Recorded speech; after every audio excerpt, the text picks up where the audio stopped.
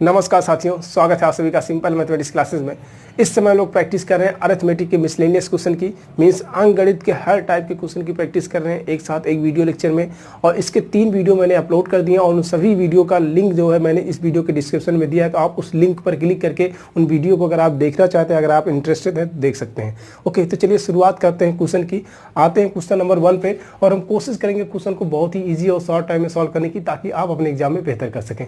देखिए question number 1 है, कह रहा है कि राम ने अपनी मासिक आय का 20% इलेक्ट्रॉनिक सामान एवं 10% फर्नीचर की मरम्मत पर खर्च करता है, और बाकी कह रहा है कि जो शेष बचता है उसका उस धनराशि का 30% वह सर्वाधिक जमा निवेश किया, और इसके बाद उसके पास कितना रुपया बचता है, इसके पास उसके बाद 18,963 रुपये शेष बचे, तो बचे हुए, ठीक है। तो कह रहा हूँ कि उसकी मासिक आय क्या होगी, ये चीज़ हमको बताना है कि एक महीने में वो कितना कमाता है। तो हम अपने अकॉर्डिंग मान ले रहे हैं कि राम जो है कितना रुपया कमाता है एक महीने में।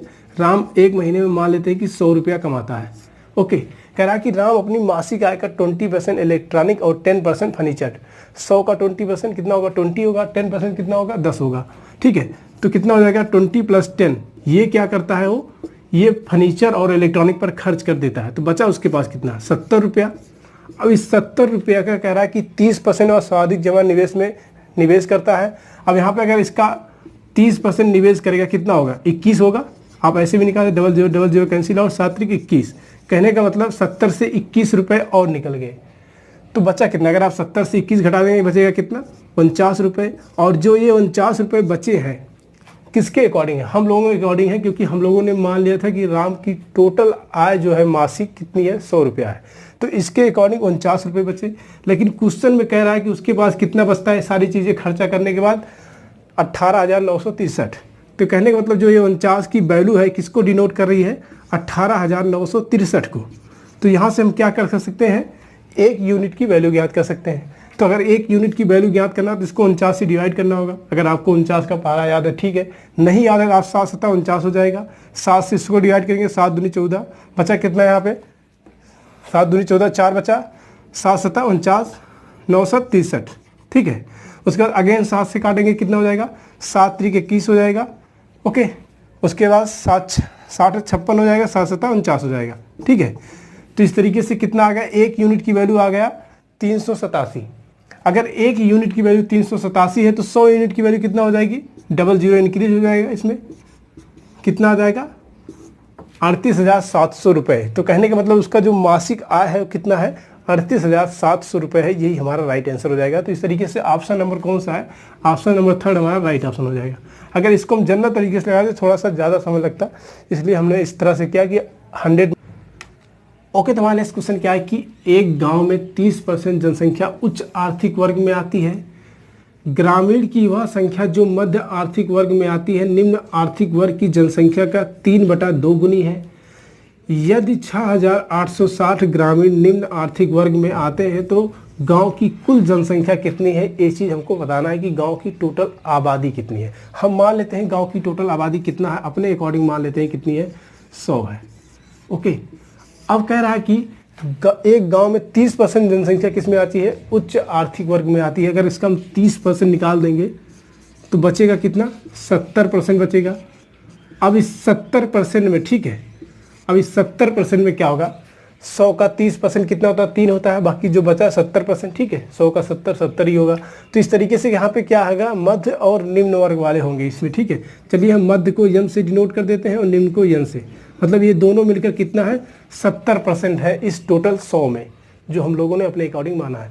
उसके बाद कह रहा है कि देखिए ग्रामीण की वह संख्या जो मध्य आर्थिक वर्ग में आती है निम्न आर्थिक वर्ग की जनसंख्या का 3/2 गुनी है। या एक तरीके से आप कह सकते हैं कि मध्यम और निम्न वर्ग का ये क्या दिया हुआ है, रेशियो दिया हुआ। कह रहा है कि जो मध्यम वर्ग की जनसंख्या है वो निम्न वर्ग की जनसंख्या का कितना है, 3/2 है। ओके, तो यम अनुपाते यन अगर हम देखें तो कितना आ जाएगा, 3/2 आ जाएगा कि नहीं। ओके, उसके बाद आगे क्वेश्चन में कह रहा है कि 6,860 ग्रामीण निम्न आर्थिक वर्ग में आते हैं। मतलब कि अगर इस अनुपात के अकॉर्डिंग इसको हम सॉल्व करना चाहें, मतलब ये रियल वैल्यू को अगर हम यहाँ पे अनुपात से कंपेयर करें तो 2 यूनिट की वैल्यू आपको क्या दिया हुआ है, जो निम्न वर्ग की 2 यूनिट की वैल्यू है, इसकी रियल वैल्यू यहाँ पे आपको क्वेश्चन में दिया कितना, 6,860। तो यहाँ से 1 यूनिट की वैल्यू निकालें तो कितना आ जाएगी 3430, मतलब 3443 1 यूनिट की वैल्यू मिल जाएगी। जबकि हमको पता है ये 70% है। इसमें देखेंगे क्या क्या है, निम्न वर्ग वाले हैं और मध्यम वर्ग वाले हैं, और इन दोनों का जो रेशियो है कितना है 3:2 है। ठीक है, इन दोनों का रेशियो कितना दिया हुआ आपको 3:2 है। तो इन दोनों का अगर कंबाइन किया टोटल कितना हो गया 5। ठीक है, हमको 1 यूनिट की वैल्यू पता है तो 5 यूनिट की वैल्यू निकाल सकते हैं नहीं।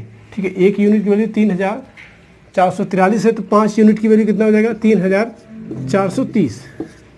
और हमको पता है जो ये निम्न और मध्यम वर्ग वाले हैं टोटल है कितना 70% है ना। इस टोटल जनसंख्या में कितने हैं ये 70% है। कहने का मतलब ये जो वैल्यू है टोटल किसके इक्वल हो जाएगी 70% के इक्वल हो जाएगी। तो यहाँ से आप 1% की अगर निकाले वैल्यू तो कितना आ जाएगी 70 को इधर आप भेज दीजिए बटे 70%। ठीक है, आप 0 से 0 कैंसिल आउट कर देंगे, और ये आप जान रहे हैं किसका क्यूब है 7 का क्यूब है। तो यहाँ पे 7 अगर आप यहाँ से डिवाइड करेंगे कितना हो जाएगा 49 आ जाएगा, और 49 को आप 5 से मल्टीप्लाई कर देंगे तो कितना हो जाएगा 9 × 5 = 45, कैरी 4 आया, और 5 × 4 = 20, 4 = 24। ठीक है, ये क्या आ गया, ये आ गया 1% की वैल्यू। ठीक है, अगर 1% की वैल्यू कितना है 245 है, तो 100 यूनिट की वैल्यू क्या हो जाएगी 100% की वैल्यू क्या, 00 इंक्रीज हो जाएगा 24,500। कहने का मतलब 24,500 टोटल जनसंख्या है कहाँ पे इस शहर में। ओके, देखिए एक बार मैं आपको फिर से बता देता हूँ। अगर मान लीजिए आप इस तरीके से आप में से बहुत से लोग किए होंगे क्वेश्चन, अगर नहीं किए हैं तो आपको थोड़ा सा हो सकता है कन्फ्यूजन हो। हमने क्या किया कि यहाँ पे टोटल जनसंख्या हम लोगों ने एज्यूम कर लिया कि टोटल वहाँ पे उस गाँव में सिर्फ 100 लोग रहते हैं। तो कह रहा है कि 30% जनसंख्या उच्च वर्ग की है, मतलब 30% तो बाहर हो गए, बचे कितने 70, और 70 में क्या आएंगे मध्यम वर्ग वाले आए और निम्न वर्ग, ये दोनों लोग इसमें रहते हैं। उसके बाद क्वेश्चन में कह रहा है कि जो मध्यम वर्ग की जनसंख्या है और निम्न वर्ग की 3/2 गुनी है। मध्यम वर्ग की जनसंख्या निम्न वर्ग की 3/2 गुनी है, मतलब कि m/n आ गया 3/2, मतलब कि यहाँ पे हमको रेशियो मिल गया ना, मध्यम वर्ग और निम्न वर्ग का रेशियो मिल गया। लेकिन यहाँ पे क्वेश्चन में कह रहा है कि वहाँ पे जो निम्न वर्ग है उनकी संख्या कितनी है टोटल 6,860 है, मतलब कि इस रेशियो के अकॉर्डिंग तो इसकी संख्या 2 है। ठीक है, निम्न वर्ग की, लेकिन रियल में कितना है, कुल यहाँ पे कुल 2 है लेकिन रियल में 6,860 है। तो इससे हमने इसको कंपेयर किया तो हमको 1 यूनिट की वैल्यू कितना मिल गई 3,443। तो निम्न वर्ग और मध्यम वर्ग की टोटल अनुपात अगर हम योग देखें तो कितना होगा 5 होगा। कहते हैं मतलब निम्न वर्ग और मध्यम वर्ग मिला के टोटल कितना है 5 है अनुपात के अकॉर्डिंग। ठीक है, बस तो 70% है तो 5 है, लेकिन एक्चुअल में है 70%, 70% से कंपेयर कर दिया। ठीक है, सिर्फ आपको कंपेयर करना है, आपका आंसर आ जाएगा। ठीक है, इस तरीके से आप कंपेयर करेंगे 70% तो 1% की वैल्यू हम लोगों ने निकाला कितना आया 245 आया, तो 100% की वैल्यू कितना आ जाएगा 24,500 आ जाएगा, जो कि ऑप्शन नंबर कौन सा है सेकंड है, यही हमारा राइट ऑप्शन हो जाएगा। आई होप आपको ये क्वेश्चन क्लियर होगा। इस तरह के क्वेश्चन आपको एग्जाम में मिलते हैं, अगर आप इस तरह से करेंगे तो आप बहुत ही इजीली इसको 1 मिनट के अंदर 30 सेकंड के अंदर कर सकते हैं, आपकी कैलकुलेशन के ऊपर डिपेंड करेगा। आते हैं नेक्स्ट क्वेश्चन पे, इसको हम अरेंज कर। ओके, तो हमारा नेक्स्ट क्वेश्चन क्या है कि ए, बी और सी ने एक साथ एक व्यापार शुरू किया। ए एवं बी के निवेश का अनुपात 7:9 है और बी और सी के निवेश का अनुपात कितना है 18:11 है, और सभी ने समान अवधि के लिए निवेश किया। मतलब अगर ए 1 वर्ष के लिए अपना पैसा लगाया तो बी भी 1 वर्ष के लिए लगाएगा और सी भी 1 वर्ष के लिए अपना पैसा लगाएगा। इस सिचुएशन में होता क्या है, जब समान अवधि के लिए होता है तो जितना ज़्यादा पैसे लगाता है उसको उतना ज़्यादा लाभ मिलता है। आगे कह रहा है कि यदि उनके द्वारा अर्जित वार्षिक लाभ कितना है 15,050 रुपये है, मतलब 1 वर्ष के अंत में वो 15,050 रुपये पाते हैं, तो सी का लाभ कितना होगा ये चीज़ हमको बताना है। देखिए यहाँ पे क्या दिया हुआ है, कह रहा है ए और बी का जो अनुपात है निवेश का वो कितना है 7:9 है। ओके, उसके बाद बी और सी का अनुपात क्या है, बी और सी का अनुपात आपको दिया हुआ है 18:11। 18:11 ये क्या है, इनके निवेश का अनुपात है। जब समय समान है तो जो जितना ज़्यादा पैसा लगाया होगा, जो जितना ज़्यादा पैसा निवेश किया होगा उसको उतना ज़्यादा लाभ मिलेगा। तो सबसे पहले यहाँ पे हम क्या करते हैं, ए और बी और सी का तीनों का कंबाइन रेशियो निकाल लेते हैं, जिसको मैंने आपको कई बार बताया है।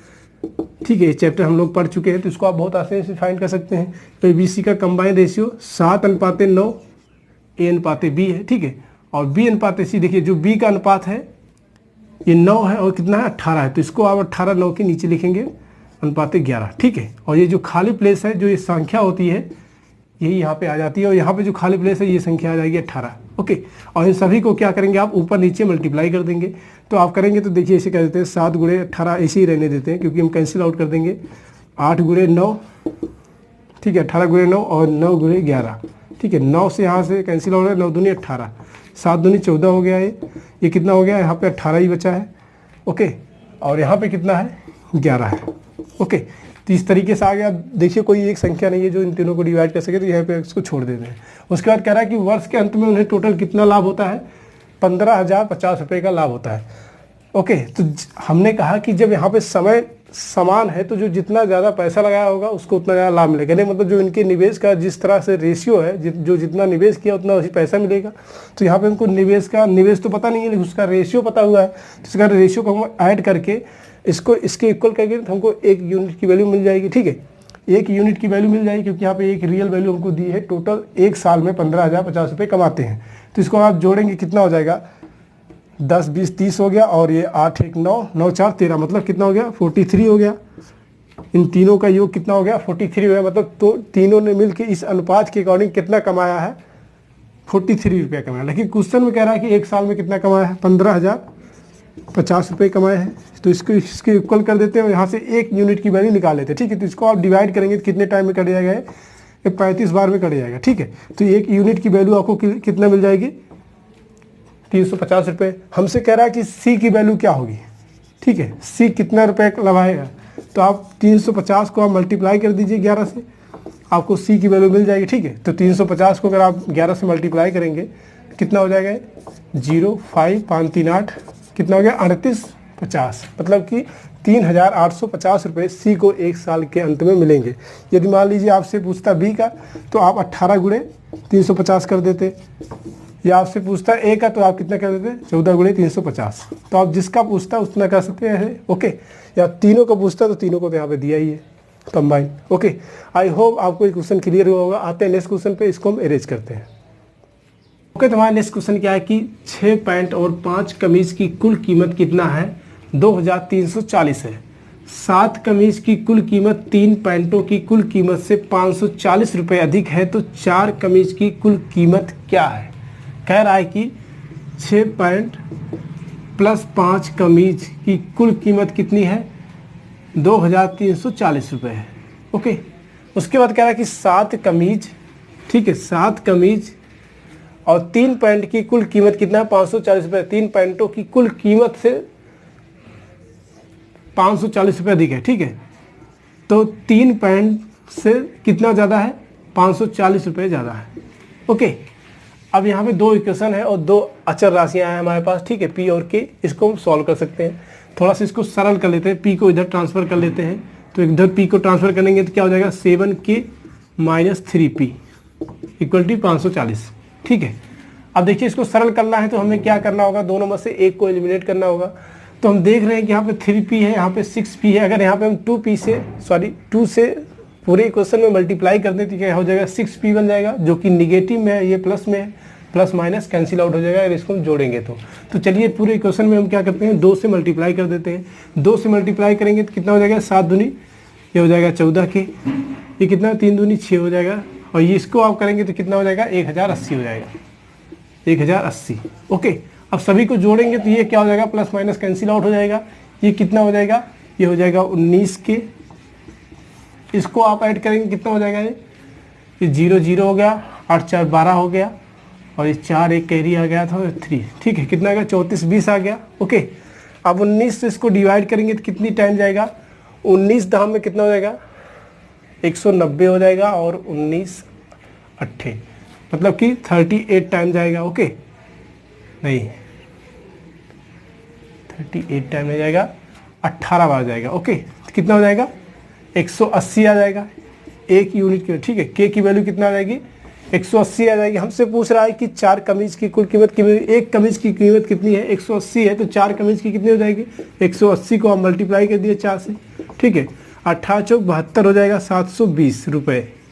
ठीक है, तो 4 कमीज की कुल कीमत कितनी हो जाएगी, 4 कमीज की कुल कीमत हो जाएगी 720 रुपये। ओके, आई होप ये क्वेश्चन आपको समझ आएगा। काफ़ी इजी क्वेश्चन है, बट इस तरह के क्वेश्चन मिलते हैं, क्योंकि आपको सारे क्वेश्चन वहाँ पे कठिन नहीं मिलेंगे, इजी भी होंगे, मॉडरेट होंगे, कठिन भी होंगे।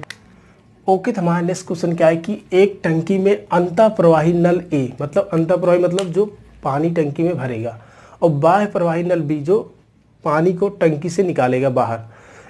ए खाली टंकी को 5 घंटे में भर सकता है यदि बी बंद रहता है। अगर बी को बंद कर दिया, सिर्फ ए को चालू किया जाए तो टंकी को 5 घंटे में पूरा भर देगा, कह रहा। तथा नल बी जो है भरी टंकी को 8 घंटे में पूरा खाली कर देगा। ठीक है, ये 5 घंटे में ए भरता है और बी जो है उसे 8 घंटे में खाली कर देता है। कह रहा है यदि टंकी का 3/5 भाग भरा है तो टंकी को पूरा भरने में कितना समय लगेगा यदि दोनों को एक साथ खोल दिया जाए। देखिए यहाँ पे 2 नल हैं, एक नल क्या है, ए है जो 5 घंटे में टंकी को फुल कर सकता है, और बी है जो 8 घंटे में क्या कर सकता है, उसे खाली कर सकता है। हम लोगों ने टाइम एंड वर्क में पढ़ा था, वहाँ पे हम लोग इसी तरीके से अगर ए किसी काम को 5 घंटे में करता है, बी किसी काम को 8 घंटे में करता है, तो टोटल काम कैसे निकालते थे, इन दोनों का एलसीएम लेके। सेम काम यहाँ भी आपको करना है, इन दोनों का आप एलसीएम लेंगे तो ये क्या हो जाएगा, ये हो जाएगा टंकी की कैपेसिटी। इन दोनों को जो एलसीएम लेंगे मतलब कि इस टंकी में टोटल उतना ही पानी आएगा जितना इन दोनों का एलसीएम होगा। तो इन दोनों का एलसीएम कितना होगा, 8 पंचे 40, क्योंकि एक दूसरे से कैंसिल आउट हो नहीं रहे, तो 8 पंचे 40 लीटर। कहने का मतलब उस टंकी में कितना आएगा, 40 लीटर पानी टोटल आएगा। अब यहाँ पे बात करते हैं इनकी कैपेसिटी की। तो देखिए 5 को इससे अगर हम डिवाइड करें, 40 को अगर 5 से डिवाइड करें, 8 पंचे 40, कितनी बार जा रहा, 8 बार जा रहा है, मतलब 8 बार जा रहा है। ओके, तो इसका मतलब ये है कि इस 40 लीटर की टंकी है, अगर बी को 1 घंटे के लिए चालू कर दिया जाएगा तो इसमें 8 लीटर जल भर सकता है, किसमें, इस 40 लीटर वाली टंकी में। और अगर हम बी की बात करें तो 8 पंचे 40 मतलब कि 5 आ गया, मतलब 1 घंटे में यह यहाँ 40 का 5 लीटर पानी बाहर निकाल सकता है। ठीक है, इस जो 40 लीटर की टंकी है इसमें से 5 लीटर पानी कौन कर सकता है बाहर, बी कर सकता है। ठीक है, कैसे कर सकता है, अगर आप 40 को 8 से डिवाइड करेंगे, 8 पंचे 40। ओके, तो ये इस तरीके से, जैसे वहाँ पे हम क्या निकालते थे, इकाई समय में किया गया कार्य। ओके, मतलब 1 घंटे में या 1 मिनट में या 1 सेकंड में किया गया कार्य या 1 दिन में किया गया कार्य क्या कहलाता है, उनका इकाई समय में किया गया कार्य कहलाता है। वही उनका क्या कहलाता है, कार्य क्षमता भी कहलाता है। ओके, इकाई समय में किया गया कार्य क्या होता है, कार्य क्षमता डिनोट करता है, वही सेम चीज़ यहाँ पे भी है। ओके, तो कहने का मतलब ये है। अब कह रहा है कि, अब क्वेश्चन पे आते हैं, कह रहा है कि टंकी का 3/5 भाग भरा है, मतलब इस 40 लीटर की जो टंकी है इसका 3/5 भाग भरा है। मतलब क्या हुआ, 8 पंचे 40, 8 त्रिक 24। कहने का मतलब इस टंकी में अभी 24 लीटर पानी है। अब कह रहा है इसको पूरा भरने के लिए, मतलब 40 लीटर पूरा हो जाए, अभी 24 है, इस 40 हो जाए, कितनी देर तक दोनों नल को चालू करना होगा। देखिए अगर हम चालू करते हैं ए को स्टार्ट करेंगे तो ये क्या करेगा, 1 घंटे में 8 लीटर पानी भरेगा ए, लेकिन बी को भी साथ में चालू करना है तो बी क्या करेगा, 5 लीटर पानी बाहर निकाल देगा। तो टोटल 1 घंटे में कितना पानी उस टंकी में जाएगा, सिर्फ 3 लीटर ही तो जाएगा ना। कितना जाएगा, सिर्फ 3 लीटर पानी जाएगा, क्योंकि 8 लीटर भरेगा तो 5 लीटर निकल जाएगा, बचेगा कितना, 3 लीटर। मतलब 1 घंटे में सिर्फ 3 लीटर पानी भरा जा रहा है। और टोटल इस समय टंकी में कितना पानी है, सिर्फ 24 लीटर, क्योंकि हम लोगों ने एलसीएम लेके कितना निकाला, इसकी कैपेसिटी निकाला, मतलब इसमें 40 लीटर पानी आ सकता है, जिसमें से अभी 24 लीटर पानी है, बाकी भरना है। और हम जान रहे हैं कि 1 घंटे में कितना जाएगा, सिर्फ 3 लीटर पानी जाएगा। मतलब 24 लीटर है और 1 घंटे में 3 लीटर पानी जा रहा है। तो कितने घंटे का इसको स्टार्ट करें ताकि 40 लीटर पूरा फिल हो जाए। तो अगर हम 3 से मल्टीप्लाई करते हैं तो क्या करेंगे, 3 पच्चे 15, 3 पच्चे कितना हो जाएगा, 15 अगर भर देंगे तो कितना हो जाएगा, 39 हो जाएगा। लेकिन अभी भी 1 लीटर भरना है। ठीक है, तो 1 लीटर भरना, 5 घंटे तो पूरा चलाएंगे आप। ठीक है, 5 घंटे पूरा चलाएंगे। और जब 3 लीटर पानी जा रहा है, ठीक है, यहाँ पे लीटर होगा, मैंने हाउ लिख दिया है, 1 घंटे में 3 लीटर जा रहा है, तो 5 घंटे में तो कितना हो गया, 5 3 15 हो गया, मतलब 39 हो गया। सिर्फ 1 ही लीटर भरना है, लेकिन हमको पता है कि 1 घंटे में 3 लीटर भर सकता है। तो कितना चलाना होगा, 1/3 ही तो इसका चलाना होगा। अगर आप 3 लीटर भरना है तो 1/3 करेंगे तो 1 लीटर भर जाएगा, मतलब कि 1/3। कहने का मतलब 5 घंटे, 5 सही 1/3 जो होगा क्या होगा, वो आपका राइट ऑप्शन होगा, जो कि ऑप्शन नंबर कौन सा है, सेकंड है, यही आपका राइट ऑप्शन हो जाएगा। ओके, आई होप आपको ये क्लियर हुआ होगा। इस तरह के क्वेश्चन मैंने आपको कई सारे कराए हैं। ठीक है, फिर भी मैंने इसको बहुत डिटेल में आपको बताया ताकि आप में से जो लोग नए हैं उनको भी समझ में आ जाए। ओके, तो हमारा नेक्स्ट क्वेश्चन क्या है कि ए बी मिलकर एक काम को 12 दिन में समाप्त कर सकते हैं। ठीक है, ए और बी मिलकर कितने दिन में समाप्त कर सकते हैं, 12 दिन में समाप्त कर सकते हैं। जबकि कह रहा है कि बी अकेले उस काम को 30 दिन में समाप्त करता है। बी जो है अकेले उसको 30 दिन में समाप्त कर सकता है। ओके, तो कह रहा है ए अकेले उस काम को कितने दिन में समाप्त करेगा। तो टोटल वर्क निकालना है तो इन दोनों का आपको क्या लेना होगा, एलसीएम लेगा। इनका एलसीएम कितना हो जाएगा, 12 और 30 का एलसीएम कितना होता है, 60 होता है। ओके, तब यहाँ से हम देख सकते हैं कि एक दिन में ए और बी कितना काम करेंगे, तो 12 से इसको डिवाइड करिए, 12 पंचे 60, मतलब कि 60 का 12 यूनिट काम कौन करेगा, ए और बी मिलकर करेंगे। जबकि अगर बी की बात करें तो 30 दूनी 60, मतलब कि इस 60 का 2 यूनिट काम कौन करेगा, बी अकेले करेगा। तो हमसे अगर हमको पूछ रहा है कि ए अकेले उस काम को कितने दिन में समाप्त कर सकता है, हमको पता है ए और बी मिलकर एक दिन में 5 काम करते हैं इस 60 का। ठीक है, टोटल वर्क है, इन दोनों का एलसीएम 60 आया और 12 पंचे 60, मतलब ए और बी मिलकर इस 60 का 5 यूनिट काम कर सकते हैं एक दिन में। जबकि बी जो है 2 यूनिट कर सकता है। तो हमको पता है ए और बी मिलकर 5 यूनिट कर रहे हैं, जिसमें से 2 यूनिट किसका है, बी का है। तो बचा कितना, 3 यूनिट काम बचा एक दिन में। तो मतलब एक दिन में जो 3 यूनिट बच रहा है किसका काम होगा, ए का होगा। ठीक है, क्योंकि ए और बी मिलकर 5 यूनिट काम करते हैं इस 60 का, जबकि बी जो है 2 यूनिट करता है। तो अगर 2 यूनिट घटा देंगे तो बचेगा 3 यूनिट, तो किसका आएगा, ए के आएगा।